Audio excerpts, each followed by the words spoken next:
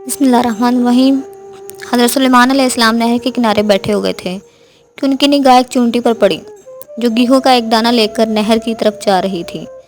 حضرت سلیمان علیہ السلام اس کو غور سے دیکھنے لگے۔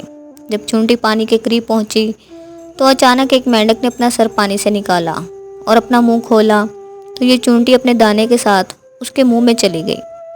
مینڈک پانی میں داخل ہو گیا اور پانی ہی میں بہت دیر تک رہا۔ حضرت سلیمان علیہ السلام اس کو بہت غور سے دیکھتے رہے۔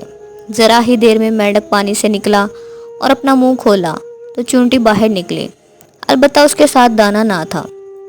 حضرت سلیمان علیہ السلام نے اس کو بلا کر پوچھا، ماجرا کیا ہے اور وہ کہاں گئی تھی؟ اس نے بتایا کہ اے اللہ پاک کے نبی، آپ علیہ السلام جو نہر کی تہہ میں ایک بڑا کھوکھلا پتھر دیکھ رہے ہیں، اس کے اندر بہت سے اندھے کیڑے موجود ہیں۔ اللہ تعالیٰ نے ان کو وہاں پیدا کیا ہے، وہ وہاں سے روزی تلاش کرنے کے لیے نہیں نکل سکتے۔ اللہ تعالیٰ نے مجھے ان کی روزی کا وکیل بنایا ہے، میں ان کی روزی کو اٹھا کر لے جاتی ہوں، اور اللہ تعالیٰ نے اس مینڈک کو میرے لیے مسخر کیا ہے تاکہ وہ مجھے لے جا سکے۔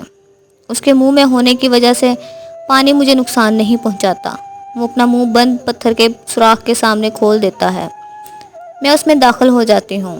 جب میں ان کی روزی ان تک پہنچا کر پتھر کے سوراخ سے ان کے منہ تک آتی ہوں تو مینڈک مجھے منہ سے باہر نکال دیتا ہے۔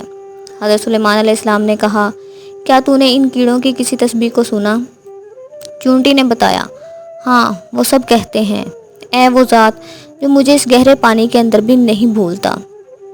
رزق اور عزت کسی کے ہاتھ میں نہیں، اللہ جسے چاہے بے حساب رزق دیتا ہے۔ شکریہ۔